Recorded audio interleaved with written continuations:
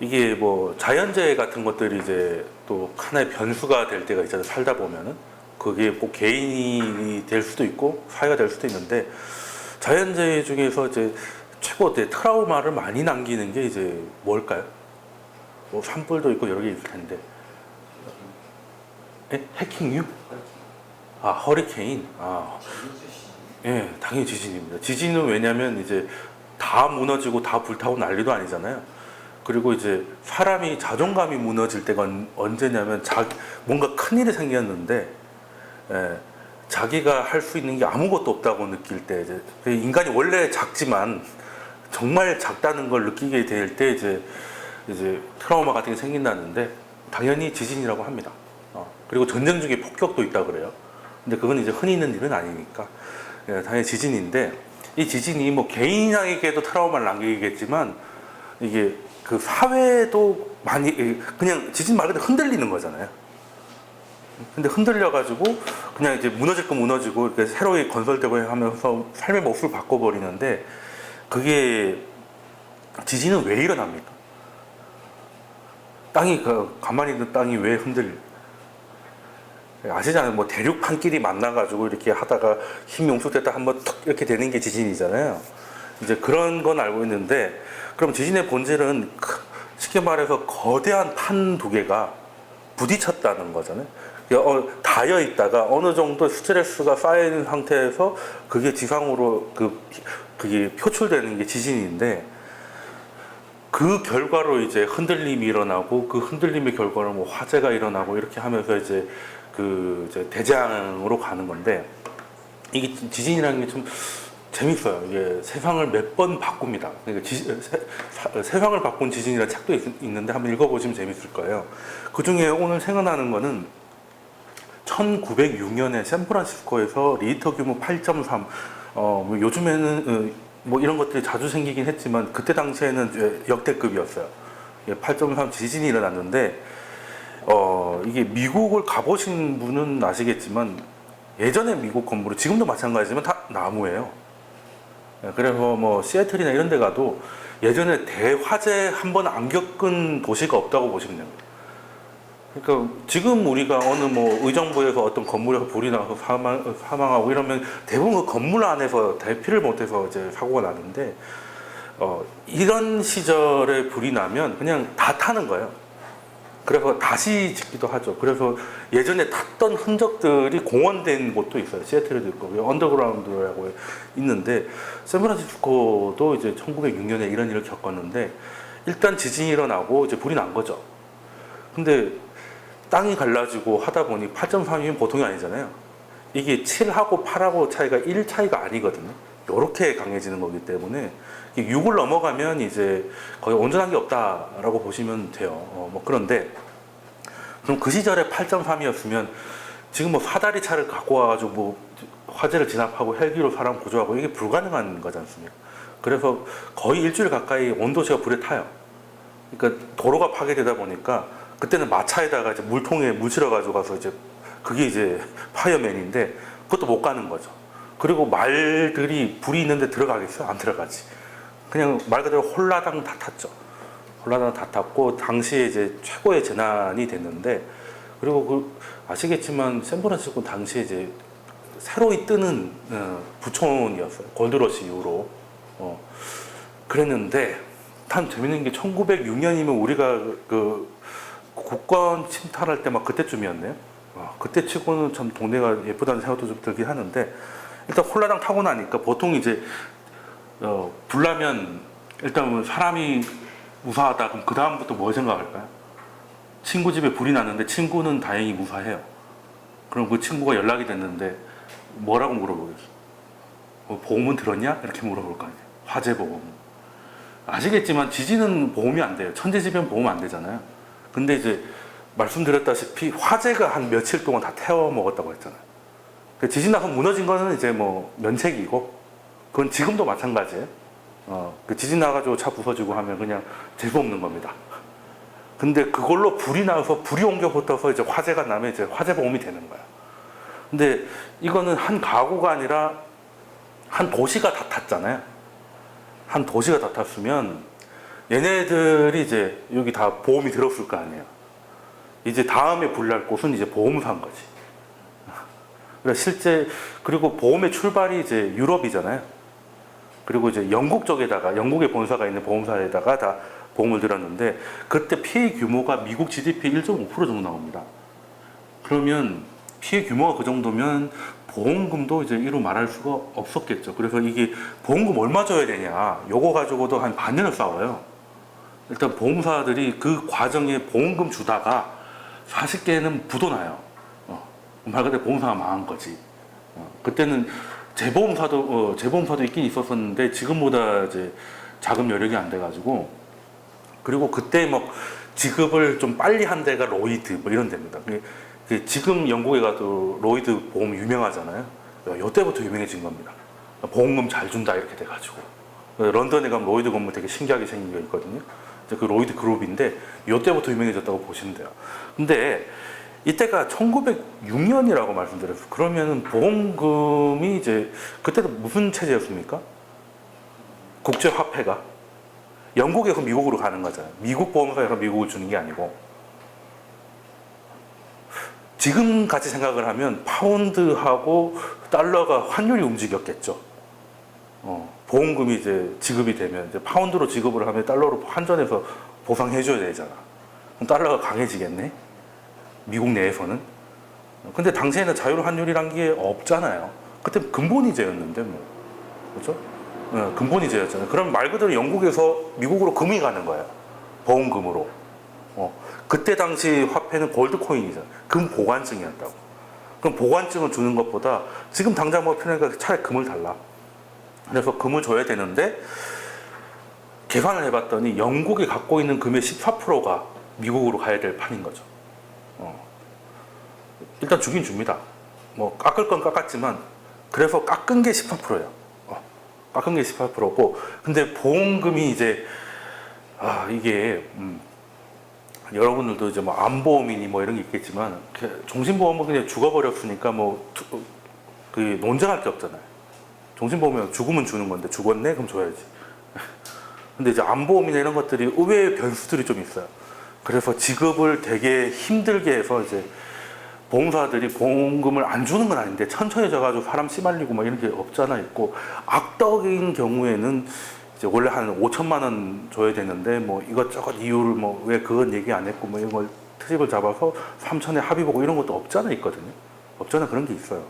이제 그렇기 때문에 손해배상사 이런 사람들도 있잖아요. 물론 주로 이제 자동차나 화재 쪽에서 대부분의 분쟁이 발생하긴 하는데, 어쨌든 그러면 6개월 넘게 보험금이 지급이 안 되는데 여기 사람들은 이제 집이고 뭐고 다 불탔으니 빨리 복구를 해야 되잖아요. 근데 복구를 하려면 이제 돈이 있어야 되는데 보험금은 나오긴 한다는데 아직은 안 와요. 주긴 준다고 하는데, 계산해서 준다는데, 그러면 어떻게 해야 되겠습니까? 보험금 받을 거니까 어디 돈을 꿔가지고 해야 되겠지. 그 보험금 할 때까지 그냥 손가락 밟고 있을 수는 없잖아요.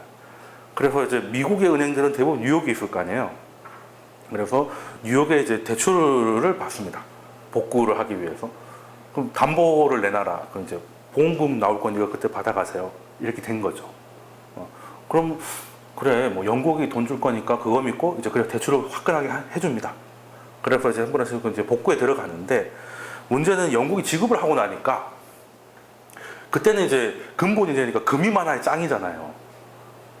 돈들은 이제 금 보관증일 뿐이니까. 근데 14%가 미국으로 넘어가 버리니 영국 입장에서는 이러다가 나의 입지가 좀 줄어들지 않을까 하는 걱정이 드는 건 당연하겠죠.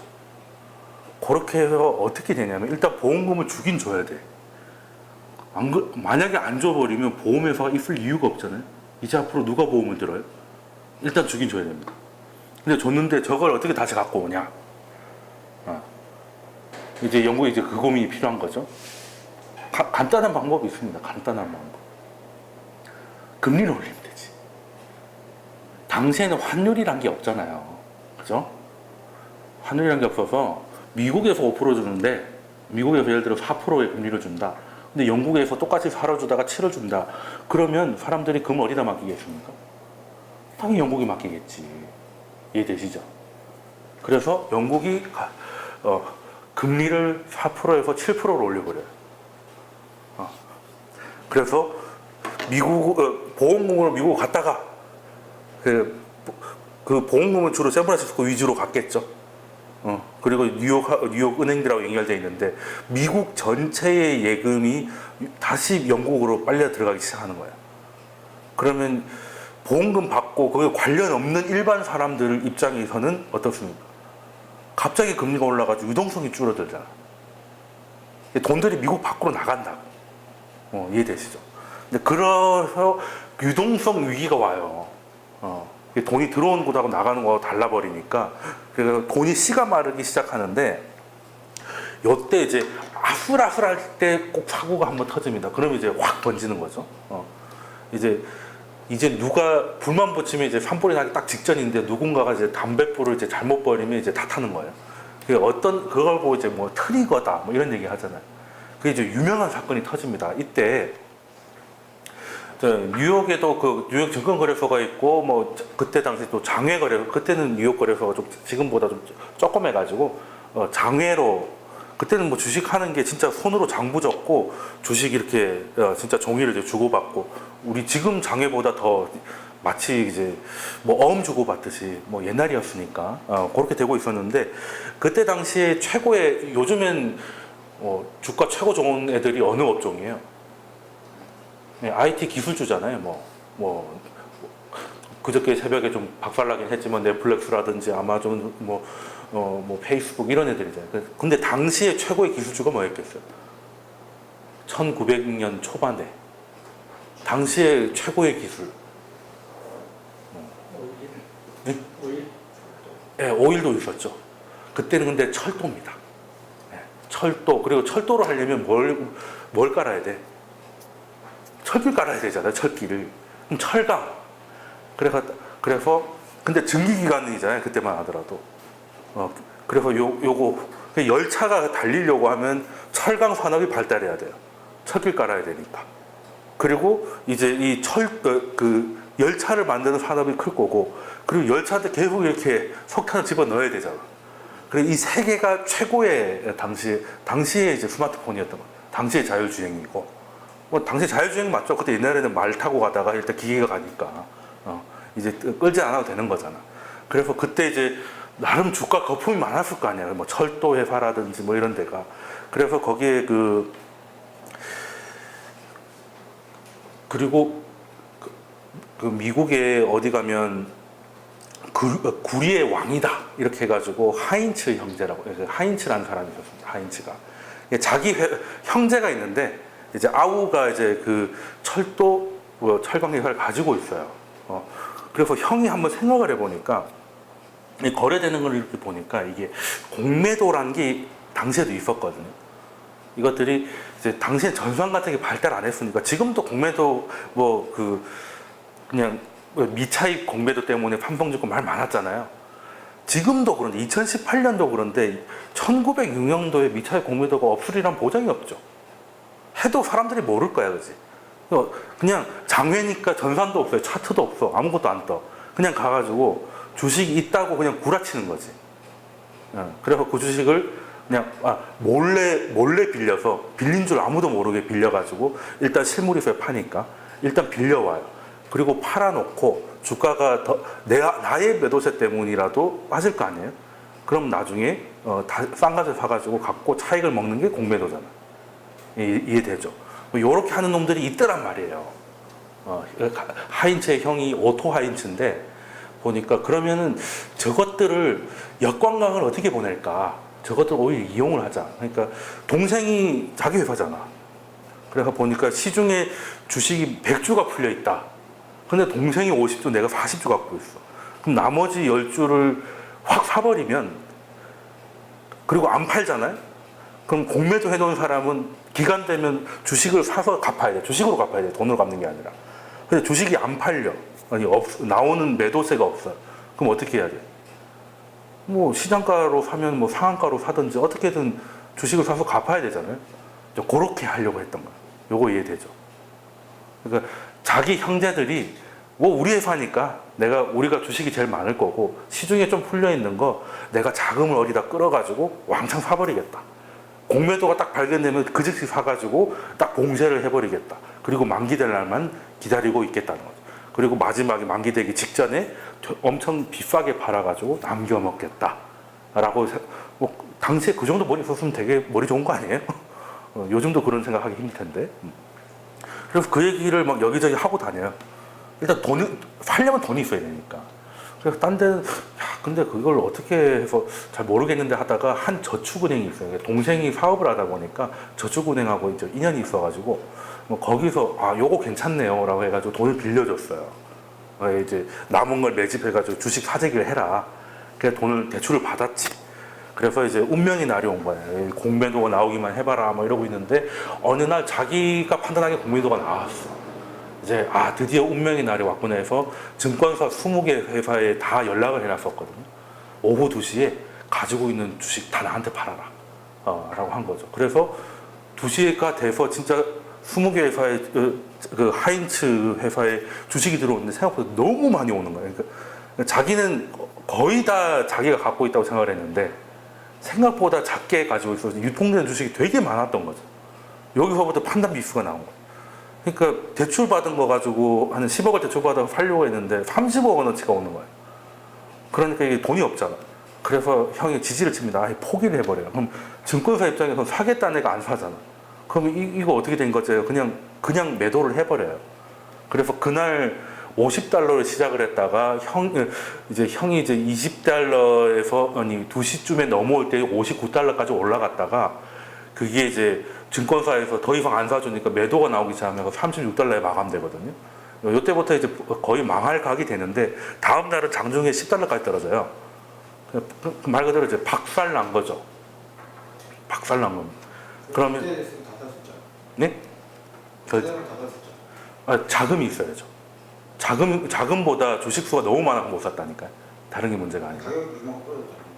근데 이미 더 이상 그 전날 포기해버렸기 때문에 거기서 더 이상 돈을 대출 안 해준 거예요. 이해되십니까? 그날은 36까지 떨어졌는데 다음날 그게 다 끝나고 그런 일이 있었다고 소문이 퍼져서 거기까지 떨어졌다는 거예요. 그래서 이제 결국 그 저축은행이 부도가 납니다. 대출해주다가 다 날라갔으니까. 그리고 지금 시중 유동성이 없는데 은행에 부도가 났잖아요. 그래서 당시에는 미국에 뭐가 없었냐면 중앙은행이 없었어요. 그래서 소문이 나면 이제 은행들이 위험하다는 소문이 나면 소문만으로 망할 수 있어. 그 은행이 진짜 잘만 되면은 진짜 남의 돈으로 장사하는 거잖아요. 내 돈이 아니잖아. 예금 받아가지고 대출해주고 그 중에 마진 생기는 건데 자기 자본이 5% 이하 가능한 건 은행밖에 없어.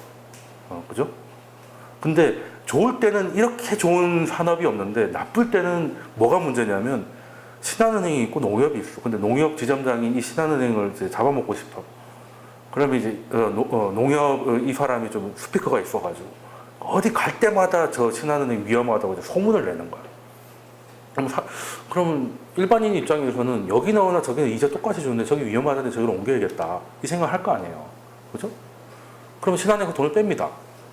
그러니까 소문이 실제가 되기 시작하는 거죠. 자금 유출이 계속 일어나니까. 그리고 중앙은행이 없으니까 뒤에서 유동성 공급해주는 데가 없죠. 그럼 망하는 겁니다.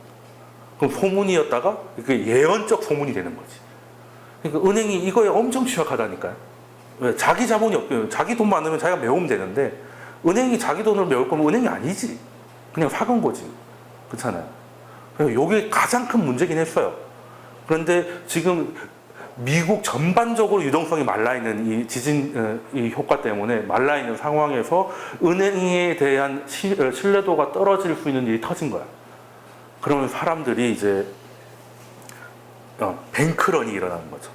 뱅크런이 일어나가지고 이제 그냥 도미노처럼 툭툭툭툭 쓰러지는 겁니다. 그러면 이 은행이 또 서로 은행들끼리 대출했잖아. 그럼 이 은행이 쓰러지니까 이 은행에 돈 빌려주는 은행도 같이 쓰러지는 거야. 돈 떼었으니까. 그런 식으로 확 번져나가기 시작하는 거예요. 그래서 경기 침체가 오는 건데 이 양반이 이제 그 트리거가 됐던 그 하인츠 그 양반입니다. 그 양반인데 그 미국이 그때 중앙은행을 이런 걸 알고 있었어요. 그러니까 예전에는 금융위기가 뭐 2년도 안 돼서 한 번씩은 꼭 터졌거든요. 이런 식으로. 워낙 취약하니까. 요 당시에 이제 주식입니다. 이거. 요거를 이제 자기가 사고 팔다가 근데 나중에 이제 모든 이 사단이 정리가 돼서 이 장외도 결국에는 뉴욕으로 들어와 가지고 뉴욕 종합거래소가 이제 몸집을 키우는 일이 되는데 뭐 예전에 뭐 주식하면서 실물 주식 볼 일 별로 없잖아요. 물론 가서 뽑아달라면 뽑아는 줍니다. 되게 종이 좋은 걸로 뽑아주거든요. 그래서 이제 휴지 조각 되면 휴지보다 좋은 종이를 이걸로 받아가지고 벽지에 도배해놨다가 회사가 좋아지면 다시 뜯어서 팔아라 뭐 이런 농담도 있는데 해달라면 해줍니다. 물론 이제 창고에서 당황합니다. 실물로 달라 그러면. 근데 이제 그 정리매매 이럴 때 기념으로 한번 뽑아가지고 액자에 걸어놓는 것도 좋은 방법이겠다 뭐 이런 생각이 드는데 뭐 이런 일이 있었어요. 그래서 일단은 이 양반들이야 이제 그냥 완전 이제 망한 거지. 근데 얘네들 망한 게 중요한 게 아니라 이제 은행 시스템이 위험해졌잖아요. 요거를 이제 경제는 승리라고 이 불안감을 없애줘야 되잖아. 불안감을. 지금 은행이 이렇게 쓰러지면 은행이 지금 정상적인 회사에도 대출할 수 있을까요? 못하죠. 그러면 이제 경기고 뭐고 다 끝나는 겁니다. 그래서 이제 나온 게 그 중앙은행이 당시 유럽에는 중앙은행이 있었어요. 그러니까 영국이 중앙은행이 이제 금리를 올린 거 아니에요. 근데 미국에 중앙은행이 없으니까 대응이 안 돼. 각각 지점끼리 대응을 해야 되는데 지점이 무슨 돈이 있어가지고 그죠? 미국에서도 많은 움직임이 있었는데 미국의 초기의 워싱턴은 지금하고 굉장히 달랐어요. 그 워싱턴 군인 출신이잖아요. 그 지금 1달러에 표시되어 있는 그 아저씨. 죽을 때 진짜 1달러밖에 없어가지고 1달러에 들어갔다는 말도 있어요. 그 정도로 청빈했다는 거지. 그래서 이제 월가하고 사이가 되게 안 좋았습니다. 원래 미국 초기에는 월가하고 워싱턴하고는 앙숙이었어요. 지금은 이제 착 달라붙어서 다 같이 헤쳐먹는 놈 같이 보이지만 물론 지금도 조금 남아있죠. 오바마도 뭐 살찐 돼지니 뭐니 뭐 욕하던 시절이 있었잖아요. 금융위기 터졌을 때. 근데 그건 이제 여론이 워낙 안 좋으니까 하는 소린 것 같고. 근데 예전에는 실제로 안 좋아서 월가의 최대 수건이 뭐였냐면 중앙은행 만드는 거였어요. 근데 이게 워싱턴에서는 죽어도 안 된다.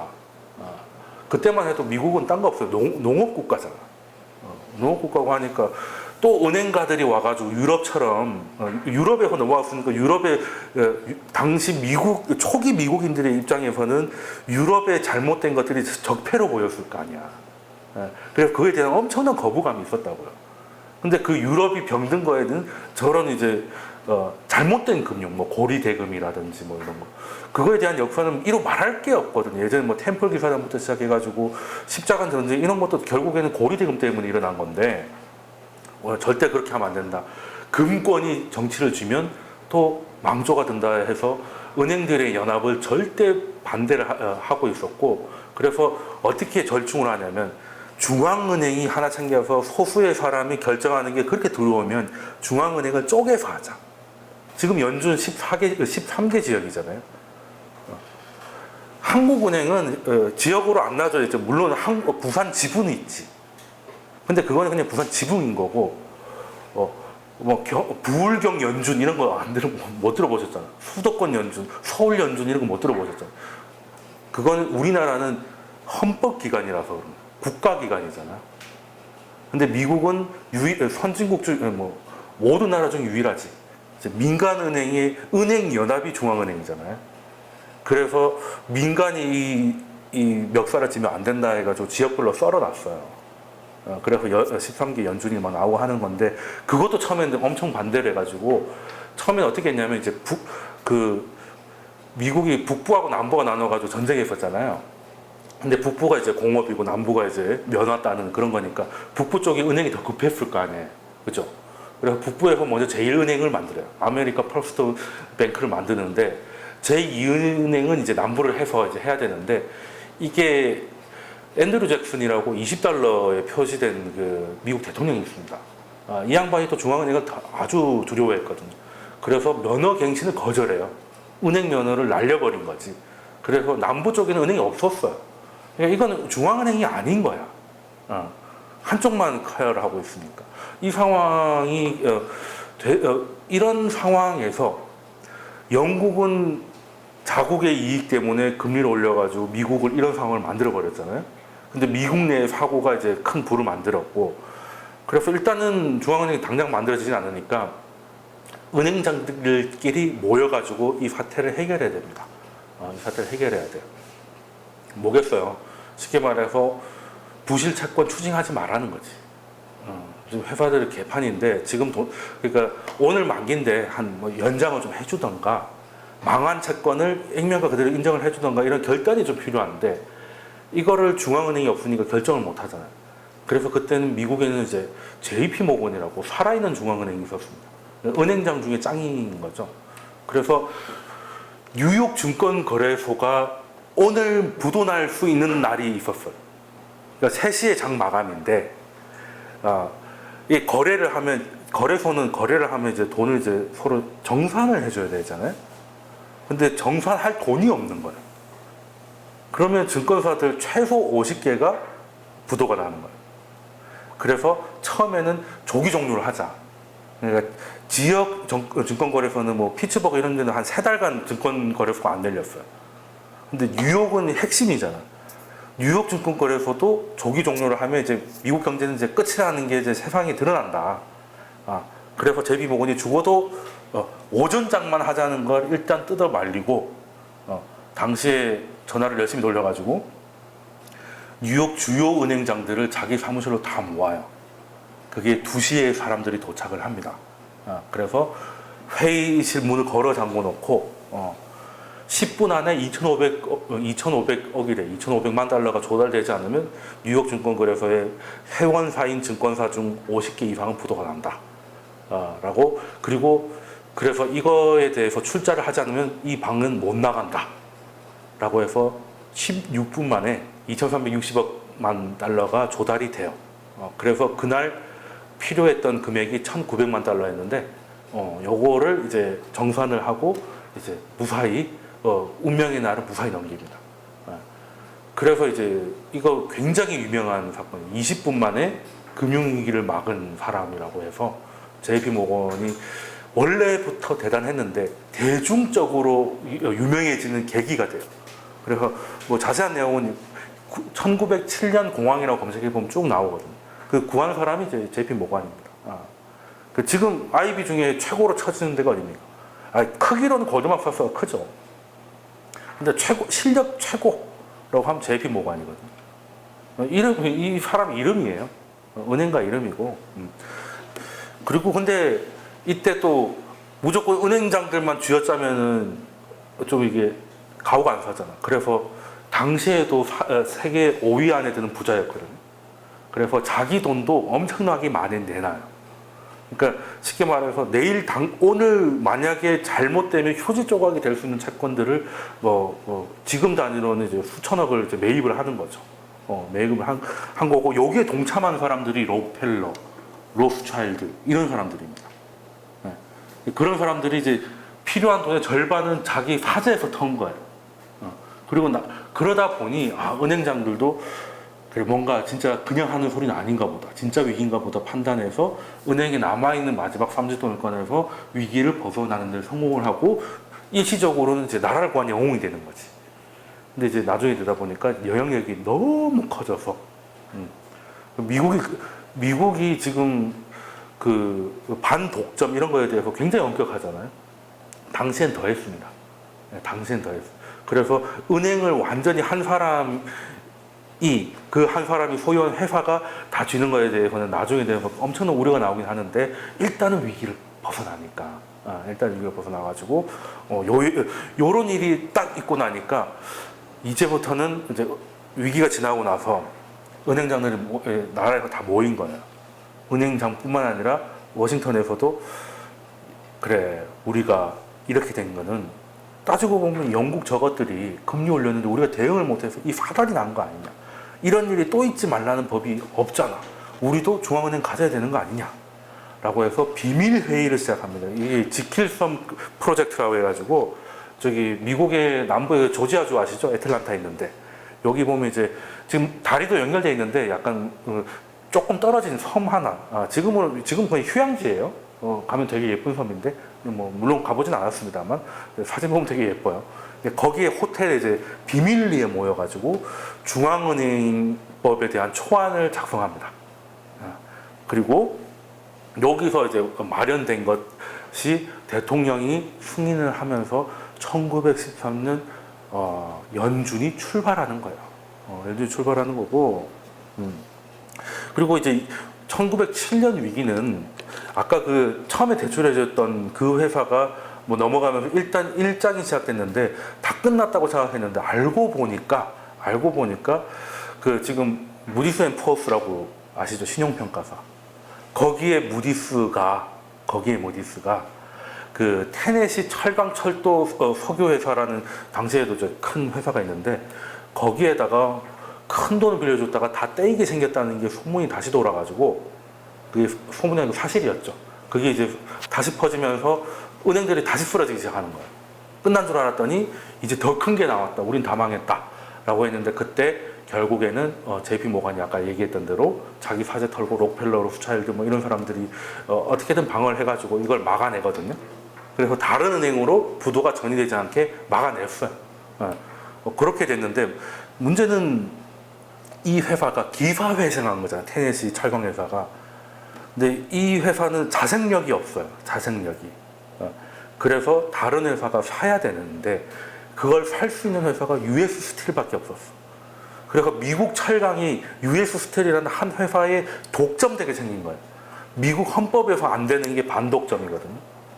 근데 그 시어도 루즈벨트 대통령이 그때 선거가 일주일도 안 남았었어. 그러니까 대통령 선거 자기가 나간 건 아닌데 그래서 이 부도가 다시 터지면 자기 당에 이제 부담이 될까봐 공화당이었거든요. 그래서 묵인을 합니다.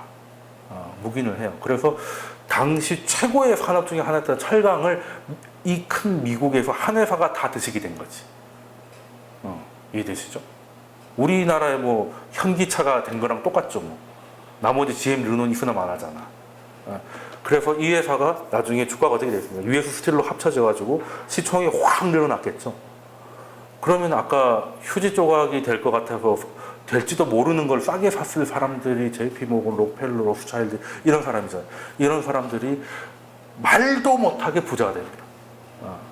지금 우리가 생각하는 이제 가문 중에 가문이 된 게 정말 지금으로 치면 지금 세계 최고의 시총은 애플이잖아요. 애플 망하기 직전에 오늘을 못 넘길 수 있는 그 상황이면 애플 채권이나 지분이 얼마나 쌌겠어요. 그거를 자기 재산 절반을 샀으면 그리고 다시 오히려 더 좋은 상황으로 돌아왔으면 주가나 뭐 지분 가치가 얼마나 높아져. 그래서 정말 떼부자가 됩니다. 물론 이걸 가지고 뭐라고 할 수는 없어요. 자기도 어떻게 보면 베팅한 거고 이러려고 일부러 구상한 건 아니니까. 근데 이런 게 있었다는 겁니다. 있었다는 거예요. 그래서 어느 정도까지 되냐면 그리고 실제 이제 JP 모간의 회사는 그냥 이름도 JP 모간이에요. 그러니까 중앙은행이 없던 때는 JP 모간은 그냥 민간 중앙은행이었어요. 그래서 삼성전자 적정 주가는 300만 원이다. 그다음 그날 300만 원이 돼. 이유는 JP 모간이 300이라고 하니까였어. 거의 뭐 절대 반지를 가진 사람이었지. 어떻게 그럴 수가 있었냐면 이게 JP 모건 앤 컴퍼니라는 회사를 차립니다. 거기가 이제 다른 회사들한테 다 돈을 이제 빌려주고 하면서 다 이사직으로 자기 사람들을 앉혀놔요. 그래서 JP 모건 간부가 이사로 들어간 회사가 112개의 회사인데 그때 당시 뉴욕 거래소의 총 시총이 265억 달러 정도였는데 그 관련된 회사가 255억 달러예요. 한마디로 미국 기업이 그냥 JP 모건 거였어.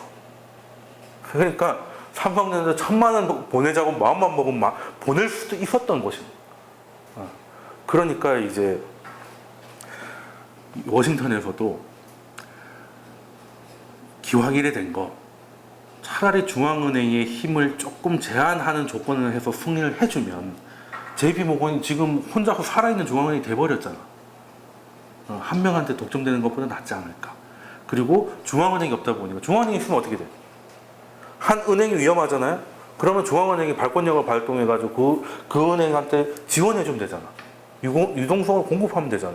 그러면 뱅크런 일어나도 다 인출이 무난하게 일어나니까 그 은행은 쓰러지지 않는 거거든요. 그래서 결국에는 우드로 윌슨이라고 미국 28대 대통령 뭐 민족 자결주의라고 우리 들어보셨죠? 우리 국사 시간에 우리 그래 그 파리 강화회의에 뭐 우리 그 뭐 김규식인가 이름이 갑자기 기억이 안 나네. 그 뭐 독립운동 뭐 고종의 서한을 보내고 막 했던 게 이제 윌슨이에요. 그 윌슨이 따지고 보면 되게 좀 진보에 가까운.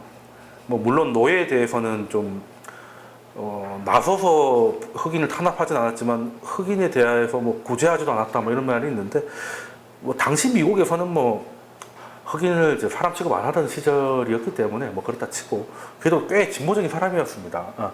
그래서 더 중앙은행을 거절하다가 상황이 여기까지 몰리니까 결국에는 아까 지킬섬에서 초안이 나오고 그거를 국회에서 입법을 하니까 그 당일날 바로 사인을 해줍니다. 그래서 1913년 그때 연준이 출발을 하는데 연준이 너무 고마웠던지 우드로 윌슨을 10만 달러, 지금 나오지 않습니다. 당신이 있었어요. 지금 해봐야 100달러가 최고인데 10만 달러에다가 넣어줍니다. 감사하다는 거죠. 그리고 참 연준이 어떻게 보면 잔인한 게 뭐 링컨부터 시작해가지고 아까 앤드류 잭슨이나 이런 사람들 연준 반대했던 사람들을 다 넣어줍니다. 그걸 보고 뭐 효시를 했다 이런 말도 있는데 근데 그거보다는 그냥 어떻게 보면 이제 이 논란을 끝내고 싶은 거겠지.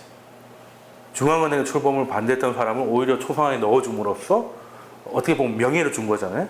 그렇게 해가지고 반대하는 사람은 입 다물게 하려고 하지 않았나 하는 생각을 합니다.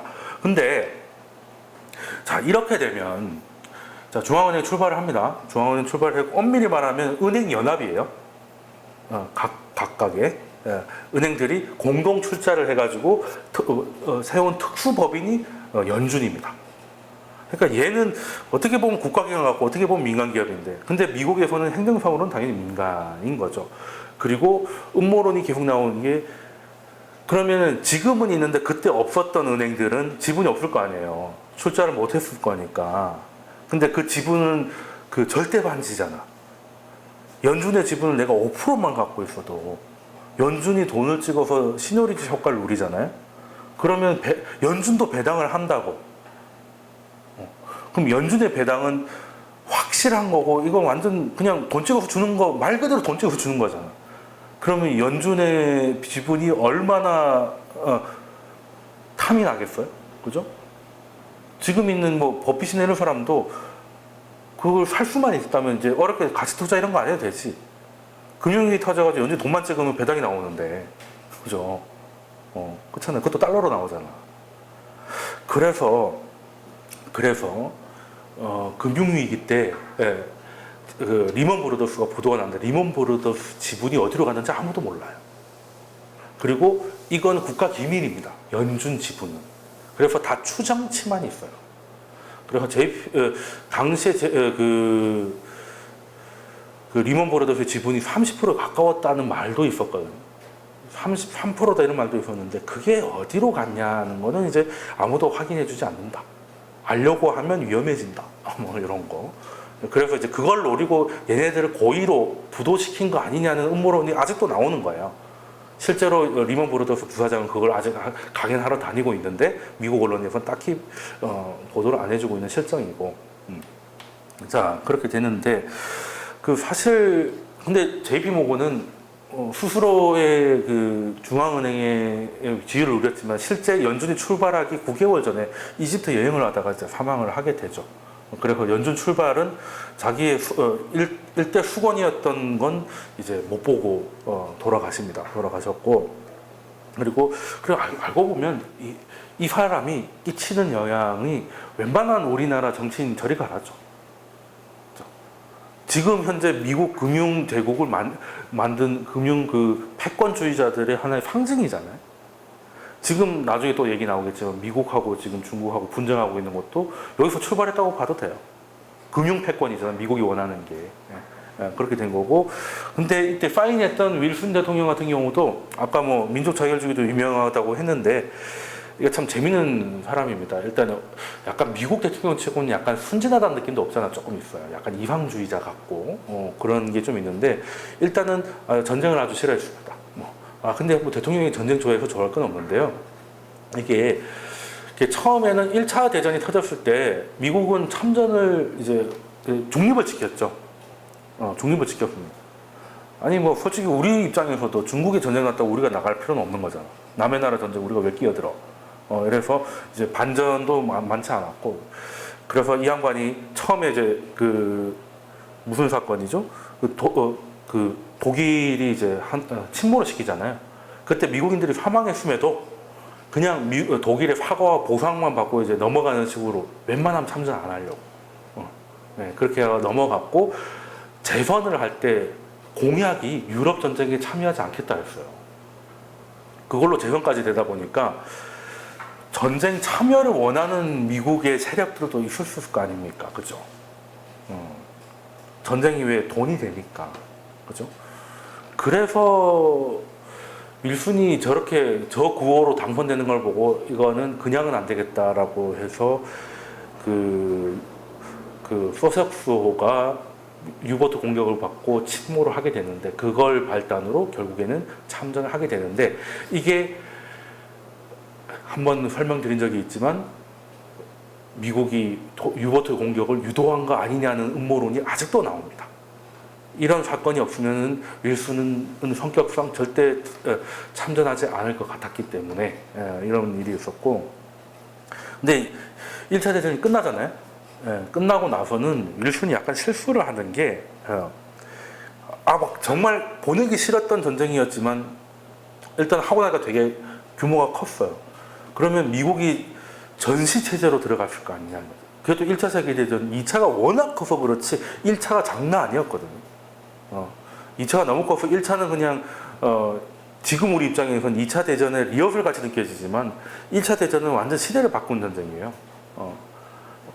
그리고 미국이 이제 좀 일어서는데, 특히 또 일본이 일어서는데도 영향을 많이 끼쳤고, 그래서 미국이 일단은 당장 참전 용사만 400만 명이 넘었습니다. 그리고 모든 산업은 전시체제로 돌아가고 있었어요. 근데 그럼 전쟁이 끝나면 오늘부터 전쟁 끝났으니까 평상시대로 돌아갑시다, 이게 하면 안 되잖아요. 그럼 군인들 막 전쟁하다 돌아왔는데 실업자 되잖아요. 대책이 없고. 그리고 지금은 전쟁이니까 꾹꾹 입을 닫고 있었던 전시체제라는 게 딴 거 없어. 여자고 뭐 어린애고 상관없이 다 들어가서 포탄 만들고 막 이런 거거든요. 그래서 성적은 엄청나게 나오는데, 노동자의, 그때는 뭐 자동화가 어디 있겠습니까? 다 사람으로 하는 거니까 노동이 얼마나 열악했겠어. 근데 참았죠. 왜? 전쟁 중이니까. 근데 전쟁이 끝나고 전시체제가 끝나고 나니까 더 이상은 이제 전쟁도 아니고 못 해먹겠다. 우리도 권리를 되찾겠다고 다 파업해버리고. 그러면 이게 제조업을 하신 분 아시겠지만, 제조업을 이제 캐파가 좀 나와가지고 막 공장을 돌리잖아요. 3교대로 돌리고 한단 말이야. 그런데 생산은 계속 해야 되는데 안 팔리기 시작하면 재고 처리가 안 되면 이제 망하는 거란 말이에요. 그런데 이제 전쟁은 끝났고 팔릴 데는 없고 사람들을 파업해. 그리고 민간에서 내수로 돌리려고 했더니 400만 명이 실업자가 됐어요. 미국이 갑자기 난리가 납니다. 그러니까 대공황 비슷하게 와요. 그러니까 갑자기 패닉이 오는 거예요. 전쟁 끝나면 좋을 줄 알았더니 차라리 전쟁 때가 나왔다는 소리가 나올 정도로. 그래서 분위기가 어떻게 되냐면, 그래, 지금 상황 우리가 이렇게 먹고 살기가 힘든데 일본이 뭐 한반도에서 무슨 짓을 하든 중국에서 사람을 죽이든 우리하고 뭔 상관이야, 이거잖아. 그리고 독일의 남부 지방이 자르라고 있는데 거기가 독일이 통치하는 프랑스가 가지냐 갖고 막 쥐어뜯고 싸우고 있었거든. 그게 우리랑 무슨 상관이야, 이렇게 돼서 어려운 말로 고립주의로 확 돌아갑니다. 고립주의로 확 돌아가는데 윌슨은 아직 이상주의자잖아요. 그래서 지금 국내 상황을 빨리 못 읽고 다시는 이런 잔인한 전쟁이 세계사에 없어야 되겠다. 물론 맞는 얘기죠. 물론 맞는 얘기인데, 그렇게 해서 나온 게 뭡니까? 국제연맹이 나오죠. 국제연맹. 지금 유엔을 하고 다르다는 건 아시죠? 국제연맹은 나중에 그냥 시작도 못해요. 그러다가 이제 2차 대전 이후에 국제연합 유엔으로 가는 건데, 국제연맹이 이제 파리 강화조약의 결과로 나오니까 그래, 이제 국제연맹을 잘 해가지고 이런 전쟁을 막아야겠다고 이제 필이 꽂혔습니다. 그래서 전국 돌아다니면서 이제 미국 아시죠? 우리도 마찬가지지만 이런 큰 거에 하려면 국회의 비준이 필요하잖아요. 그래서 이제 국회가 분위기가 안 좋아. 남의 나라 일에 간섭하지 말자 분위기가 되니까 비준이 안 될 것 같으니 이제 윌슨 대통령은 전국을 돌아다니면서 연설하는 거예요. 이제 뭐 그렇게 해야 되는데 사람들이 이제 그래 다 좋은데 먹고 사는 게 전쟁인데 뭘 또 이렇게 돼버려서 결국에는 상원에서 부결이 돼버리죠. 예.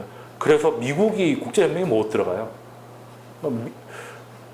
그러니까 미국 없는 국제연맹이 무슨 뭐 필요가 있겠습니까? 그냥 이수나 만화가 됐고, 그래서 국제적으로 모여서 얘기할 수 있는 모임이 없어졌잖아. 그래서 히틀러가 재무장을 하고 해도 영국, 독일 이런 영국, 프랑스 이런 애들이 단합돼 가지고 한꺼번에 움직이지 못하고 서로 그냥 조용히 입 다물고 있다가 히틀러한테 시간을 많이 벌어줍니다.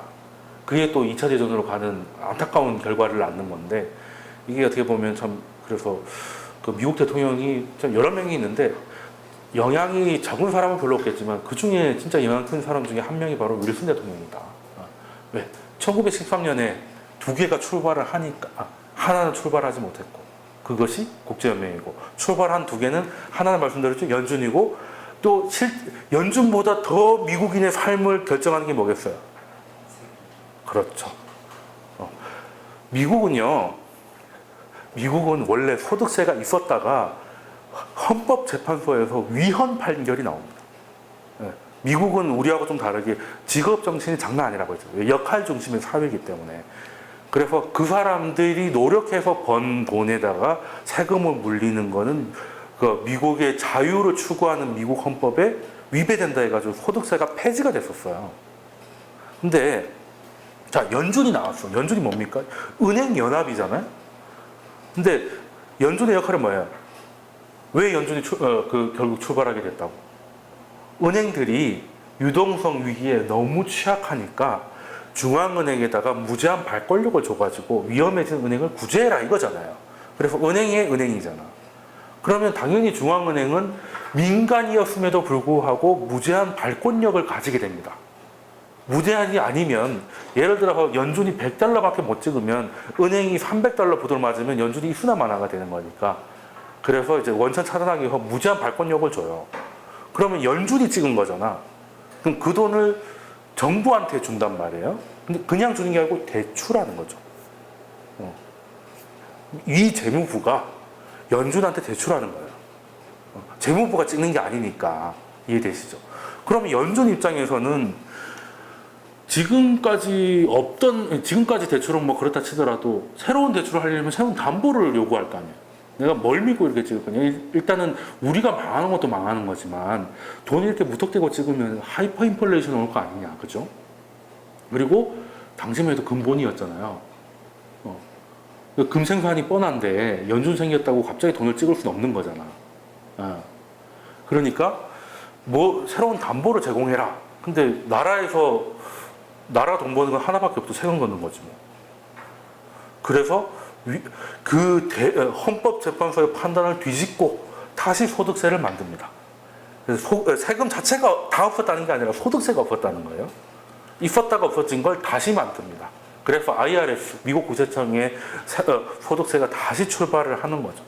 그때부터 이제 지금 미국의 금융 중심의 사회를 만드는 기원이 1913년이다. 라고 보시면 됩니다. 근데 이거를 우리 전후에 독립한 많은 나라들이 시스템을 그대로 복사했죠. 대신 중앙은행은 이제 헌법기관으로 해서 이렇게 많이 출발을 했고요. 윌슨은 뭐 아니나 다를까 중앙은행의 탄생과 금권 정치. 5년짜리 대통령이 힘이 좋아요? 이건희가 힘이 좋아요? 물어보면 이건희 살아있다고 가정했을 때 당연히 돈이 짱이잖아요.